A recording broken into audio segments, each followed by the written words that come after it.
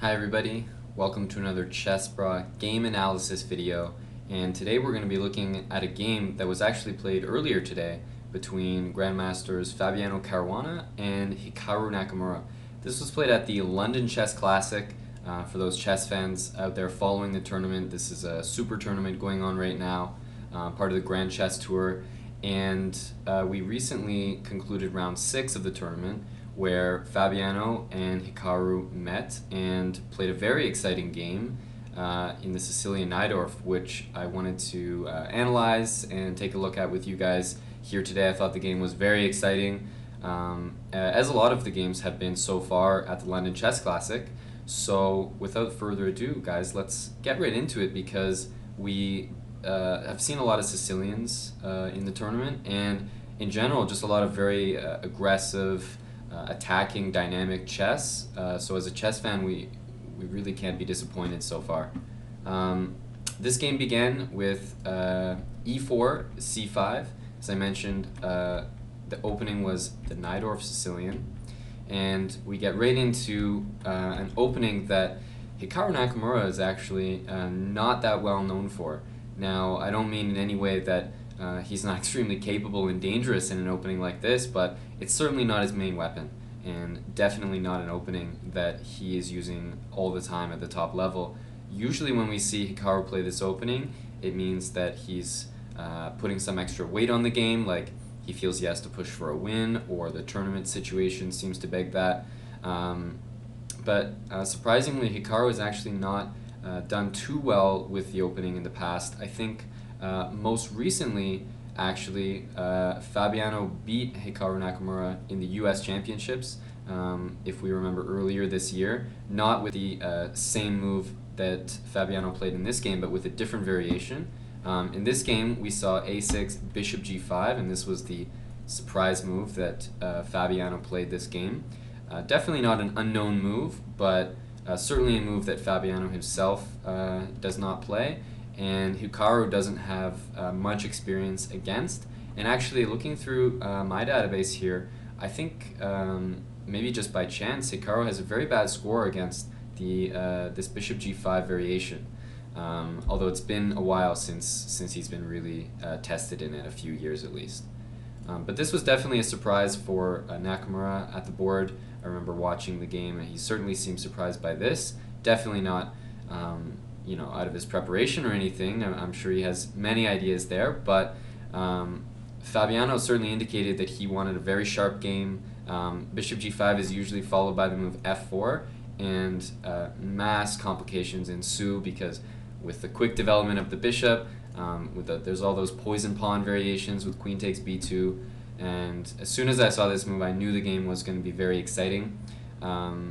So getting right into it, after bishop g5, Nakamura played the move e6. So we're going for the main line here, and it's really important, at least from a theoretical standpoint, for everyone to realize and understand that we are following another top game played earlier, actually in 2016, this year, and that was a game of Anish Giri against Maxime Vachier-Lagrave. The Frenchman, as we all know, is very renowned for his Najdorf play.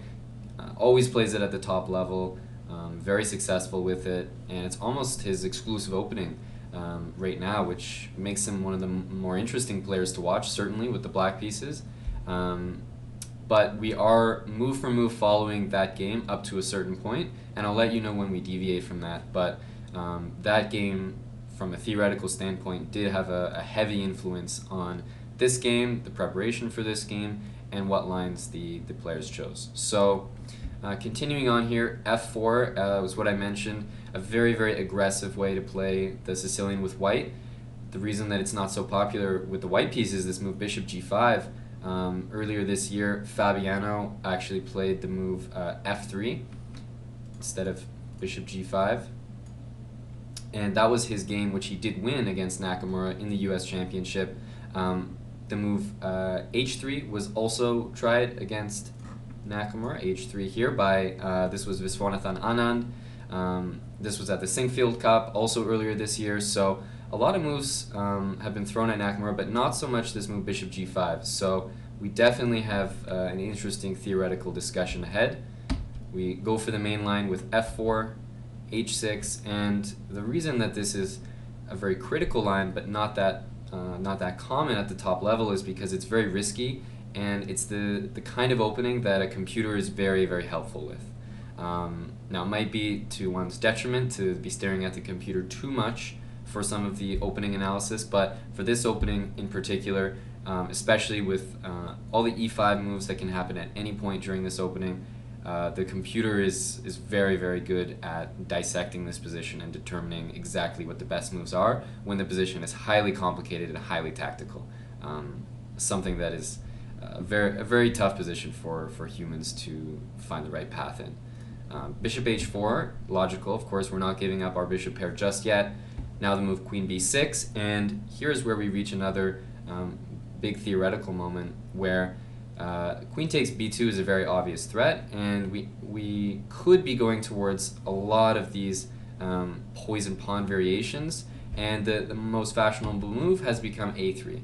And of course, let's remind everyone about queen takes b2, knight a4, and of course that would be a rather embarrassing way to begin and likely end the game here. Trapping your queen, that's the point of the move a3, to take the b4 square. So a3 basically puts an end to any of the queen takes b2 variations because of this knight a4 move. So we'll keep that in mind the next couple moves. Let's say bishop e7, Nakamura obviously does not take the bait on b2, and bishop f2, once again, queen b2, not possible. So the bishop retreats to f2, and that's because already after bishop e7 we have to consider moves like knight takes e4. Sets up a very sneaky tactic, actually a tactic that happened to Nakamura earlier in the London Chess Classic. Not exactly like this, but a knight takes e4, unpinning yourself, and then planning to meet bishop takes e7 with knight takes c3. So the knight continues to jump, attacking the queen from c3, and we see this desperado tactic come into effect. So that's why we see the bishop retreat to f2, and after the queen drops back, of course, if we're not taking the pawn, we do have to get off that very nasty diagonal. Knight f5 or knight e6 was coming, so the queen retreats very naturally to c7, and you're probably going to see knight d7, b5, bishop b7. Those are very natural squares for black's pieces to go in the Sicilian, almost any variation. But the whole point of this development by white is that he's going to try to launch all these pawns up the board very quickly, try to play the move g5, and if black just develops normally, he's going to find after g5 that this knight doesn't have the d7 square to retreat to if this knight goes to d7, and white's just gaining a lot of space for free. So that's the main principle of this opening as we see it so far. Queen f3, and of course if white is going to be expanding all the pawns over here, the big idea is to castle queenside, which is not something we see in every Sicilian position, especially with the very natural expansion of b5 on the queen side. It wouldn't make the most sense, at least optically, to castle your king directly into the queen's battery, and of course with the move b4, attacking the pawn and the knight, you can see how the queen side might get opened up, but such is the nature of this very aggressive and what's sure to create a dynamic middle game. This variation, this opening, bishop g5, guarantees what will be an interesting struggle. So knight bd7, castle, b5. Now we are following a little bit of theory here. Again, it's important to realize that e5, attacking the rook, is met by bishop b7. So we do not lose the rook. There's also a lot of variations here where white can sacrifice a pawn, but for the most part, e5 always met by bishop b7, and black is going to be able to castle safely. And e5 is not really consistent with white's plan, which is actually to be expanding these pawns on the king side. So after b5, we see g4, and this is where we really have to mention this theoretical struggle. We are still following the game Giri against MVL from Norway Chess earlier this year. And after g4, white's already prepared to play potentially the move g5. And the idea of g5 is, let's just say we make a passing move, or not even a passing move, bishop to b7, let's say. There's an important difference here because g5 can be played at any moment, but let's say the move bishop g2. If black plays g5 to stop that, then we see a big difference here, which I want to highlight between the game and just from a theoretical point of view. If I play the move f5, knight e5, queen e2, yes, I'm hanging my g4 pawn, but even more important is the fact that the e6 pawn is hanging, and with the knight there, black's not going to be able to castle either way. The king's going to be stuck in the center. So the exchange of this pawn for this pawn really favors white. I think black is actually drawing dead here.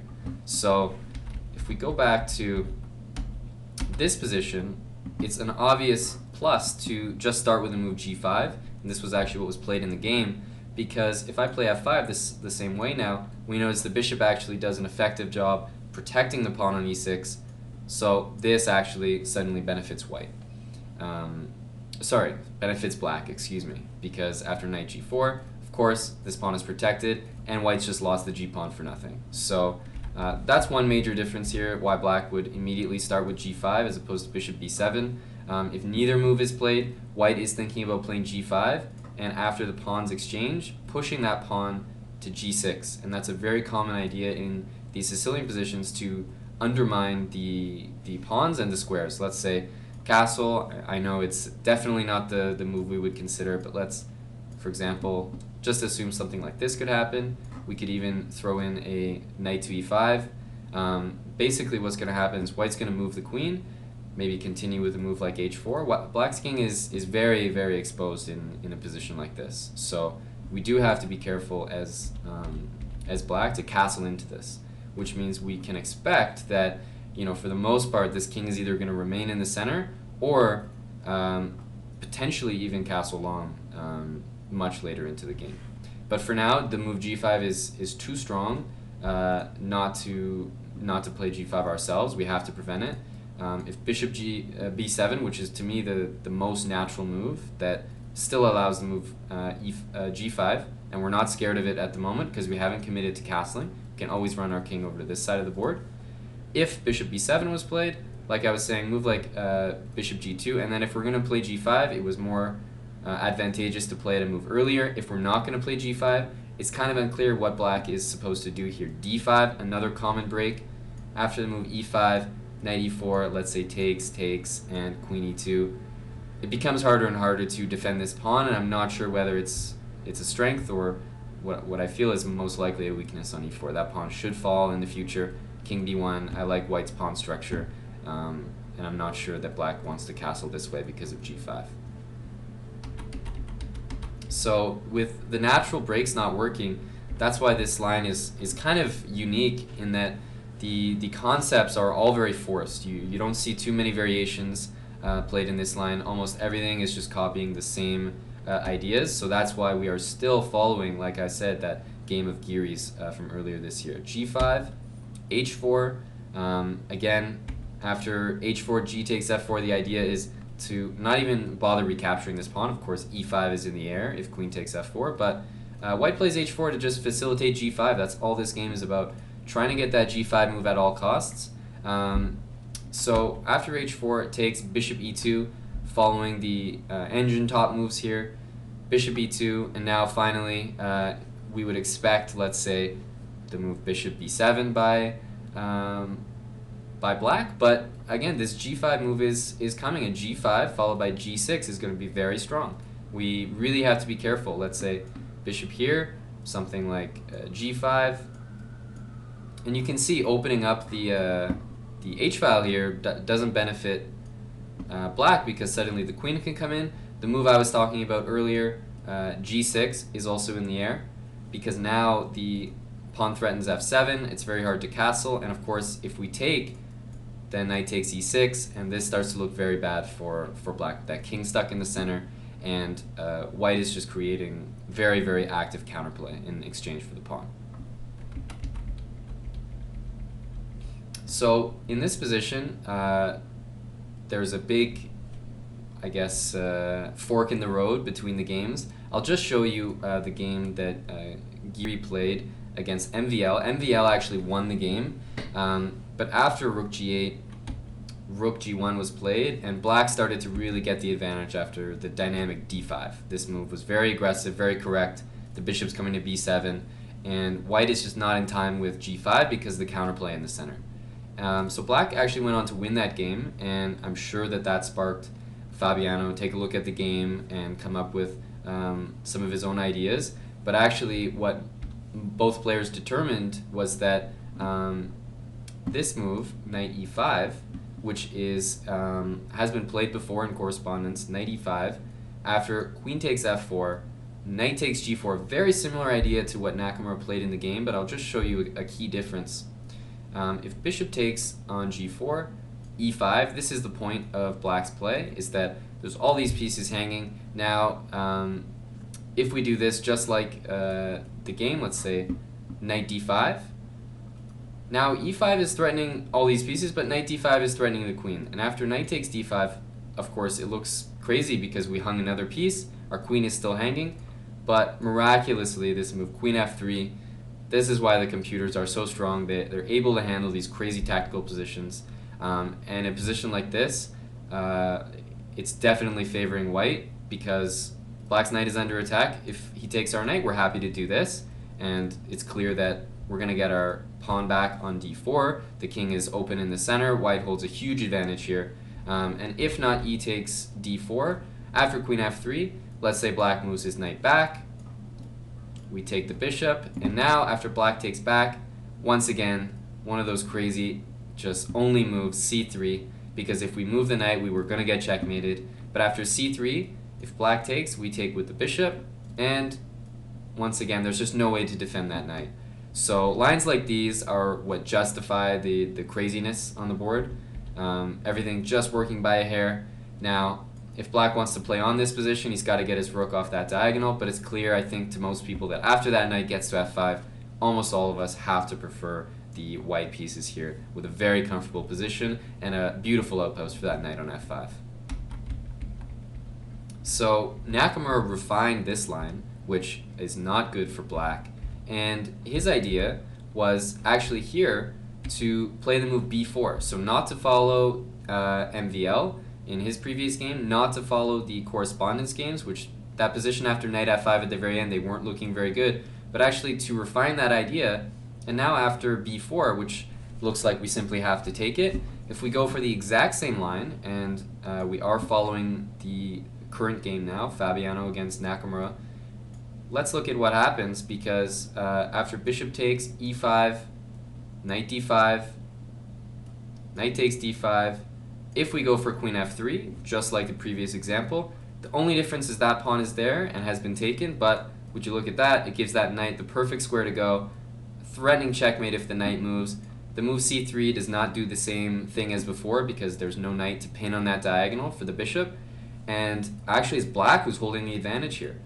This knight can't move because of mate, and I mean white is going to be down something here. Knight takes b4, a big inclusion, a big improvement on that line. So that was Nakamura's well-prepared idea in this line, but it seems like Caruana just went one step further. And in these crazy lines where you're following a computer line all the way to the end and it says 0.00, you almost have to keep checking every single move, whether the evaluation is going to change, whether the computer misses a move. And it seems like that's what happened in this game because we see the beautiful move by Caruana here. Queen takes f6. I don't think that this move caught Nakamura off guard. I can say it would definitely catch me off guard. Queen takes f6, just brilliant. But Nakamura actually probably had this in his preparation as well. Was not fazed by this. Bishop takes f6, of course forced. Knight d5, and we see the idea. If we can take the bishop, we're getting almost 3 minor pieces for the queen. A very good exchange. So queen d8, the only move to defend the bishop. And now, the top computer move, by a fair evaluation, is this knight c6. Knight c6 move. And I think this is where Nakamura wasn't out-prepared, but just really surprised by that one extra move, as I was saying. Sometimes, and I mentioned this in a previous post-mortem video, the reliance on the computer, although it helps us make these crazy analysis files, this deep preparation, have this deeper understanding, sometimes we're so reliant on the computer or we're analyzing so heavily with it that we forget to just look at the position like a human. And in this position, knight c6 is the computer move, and after bishop g4, very nice move, giving the bishop back. The rook is hanging, and after, well, bishop f3 threatened, let's say rook here to prevent that. f5 just gives black great counterplay. Rook c8's coming, 2 bishops. The light squares seem very weak for white here. So this was the kind of position that Nakamura was obviously hoping for. This doesn't seem like a big advantage, or if an advantage, for white at all. And I think what he missed or overlooked or certainly underestimated was the move knight f5. And Fabiano Caruana said in an interview after the game that knight f5 is one of those moves that to most of us, if we would just sit down at the board, we would probably play it. Knight f5, that's a very obvious outpost. If the bishop takes, it's clear that we have the light squares completely dominated, both the bishop and the knight sitting pretty on those 2 outposts. And the black bishop, dominated by this h-pawn, just has nowhere to go. So I think Nakamura may be overly reliant on the engine in this situation, but it's very hard to criticize. I mean, guys, we're on move 21. This is 21 moves of theory. And like I was saying, just forgetting to look one move deeper than your opponent. Seems like Fabiano got the upper hand, the shock factor of knight f5, and now rook b8 was played. Knight takes f6, queen takes f6, and rook takes d6. The pawn hangs on d6. If we want to avoid that, we have to play bishop takes f5. But after bishop takes f5, the computer might say 0, 0, 0, but that means equal. That doesn't mean draw, and the computer is going to keep changing his mind every single move here. What the constructive plan does black even do? I mean, you can double the rooks on the d file. You can play c4, c5. The bishop comes to c5. These pieces are worth at least 10 points together, probably more. So really have to be careful about overestimating material in a position like this, because white is totally dominating, and the more you look, the more you analyze this position, the more you realize that that's simply the case. So after knight f5, which was probably the move of the game, and certainly the one that put Nakamura on his heels, Nakamura played rook b8. Very logical, because bishop b6 coming is a very big threat. And as I mentioned, the d-pawn falls, and at this point, the theoretical battle has gone in the favor of Caruana, and it's basically just conversion from here, I assume, and I think he said in an interview that he had this position, at home on his computer, in his preparation, played some training games, pretty much stopped when he got to the position after knight f5, because that's the type of position you're better, it's concrete, your pieces are better, and you'll find out at the board how you're going to actually convert it. Here, I think it's pretty clear that white is just dominating, and although Fabiano may not have played the most precise moves, I know a lot of people can analyze this game with an engine and say, yeah, you could have done a lot better here, you could have finished the game a lot quicker. I think it's instructive that from a human point of view, it seems he maintains complete control here, and black just had no chance from here on out. So from this point on, it's basically just conversion and watching to see how Fabiano wins this position without allowing too much counterplay. h5, now we're not blundering our bishop with check, of course, because let's say queen g5, even a move like king b1, obviously we're going to play bishop e3, but this move runs into not only rook g1, but even better, knight takes h6, so certainly not something to worry about. After h5, the sneaky move is actually bishop to h4, which miraculously forces the queen to h8, and I think it's pretty clear after rook g1 there that this king is in trouble on g8. So Nakamura actually played queen g5. It might look silly. The game continued, bishop e3, queen f6. That might seem silly to most, but now the bishop is not on f2, it's on f3, and bishop h4 is not possible. So that was his idea, to, yes, give up the h-pawn, but at least not suffer bishop h4, queen h8. I think that position was more hopeless than this one, and at least he remains in the game here. Knight takes h6. Of course, you're going to offer me a pawn. I'm going to take it, says Fabiano. And bishop f5. This is probably the last finesse move that we need to see, because now the g-file is controlled. This bishop does not want to ever take on f5, because it's not only pinned, but if the knight were to return to f5, with the dark square bishop and the control of the g-file, that's almost a mating net right there.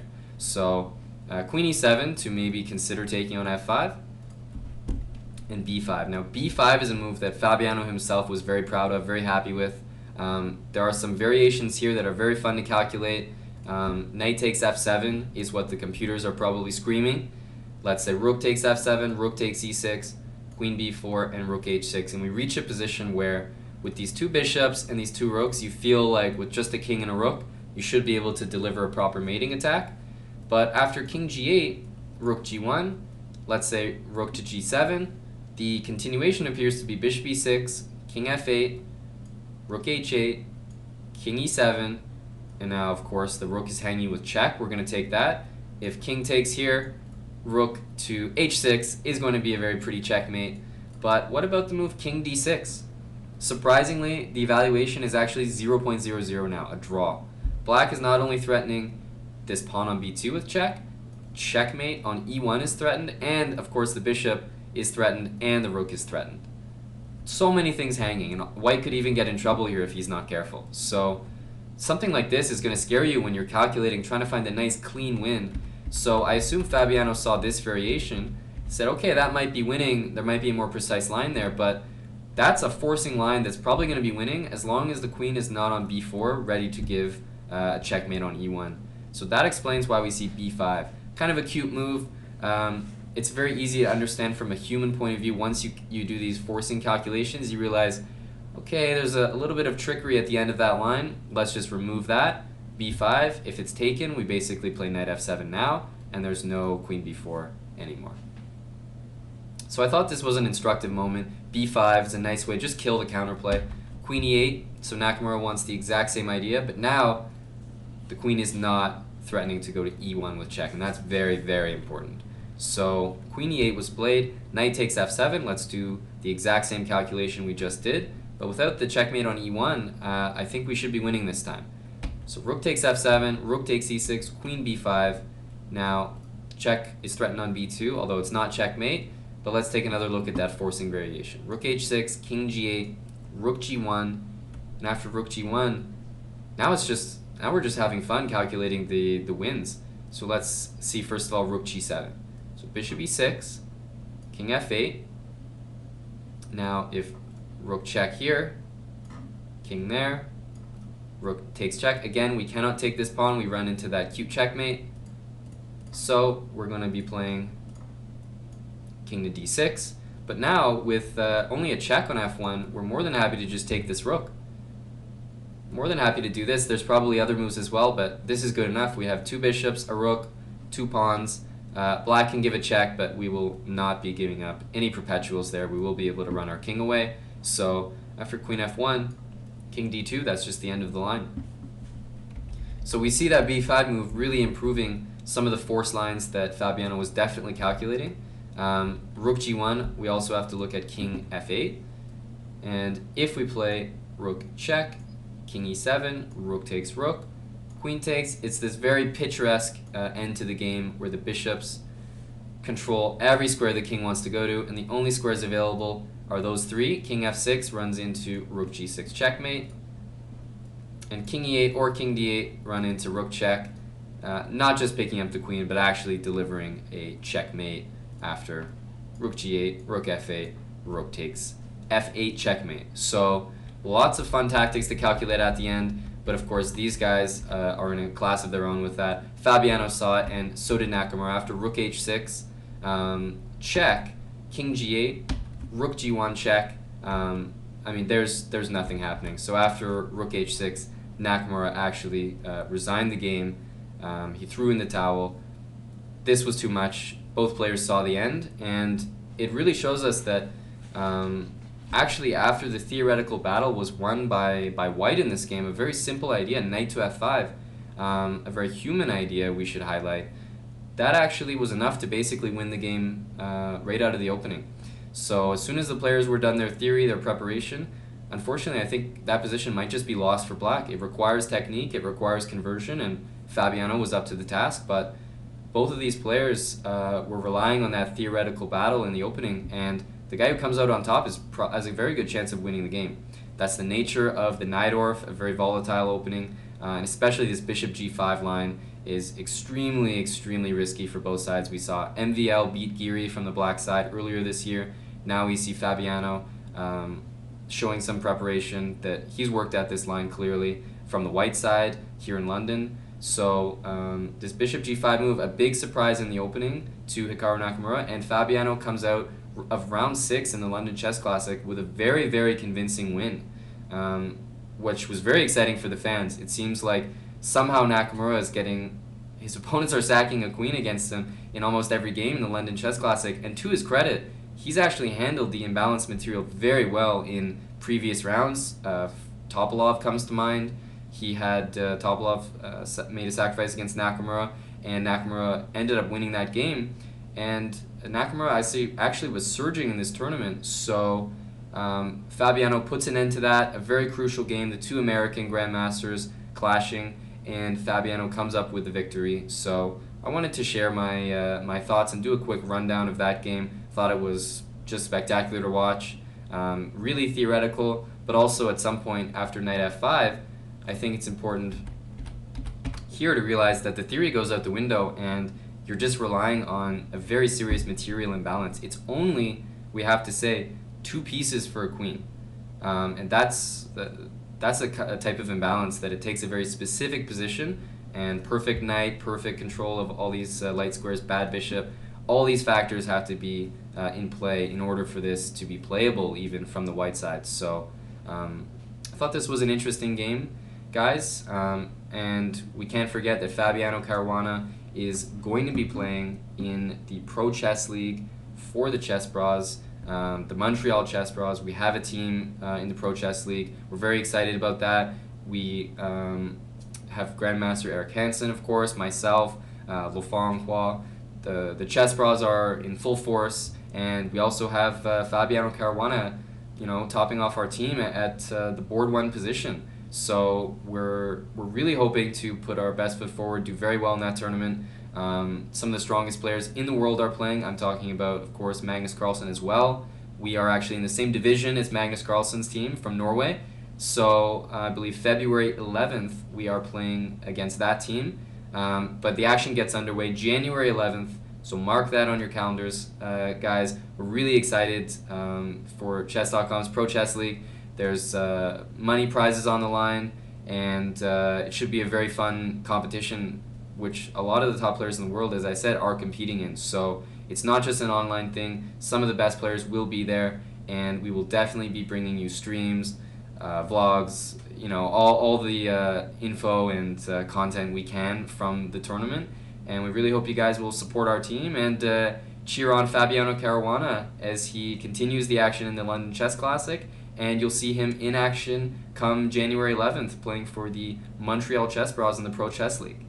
So thanks again for watching, guys. Hope you enjoyed this quick analysis breakdown of Fabiano Caruana against Hikaru Nakamura today from the London Chess Classic. And we'll see you guys next time.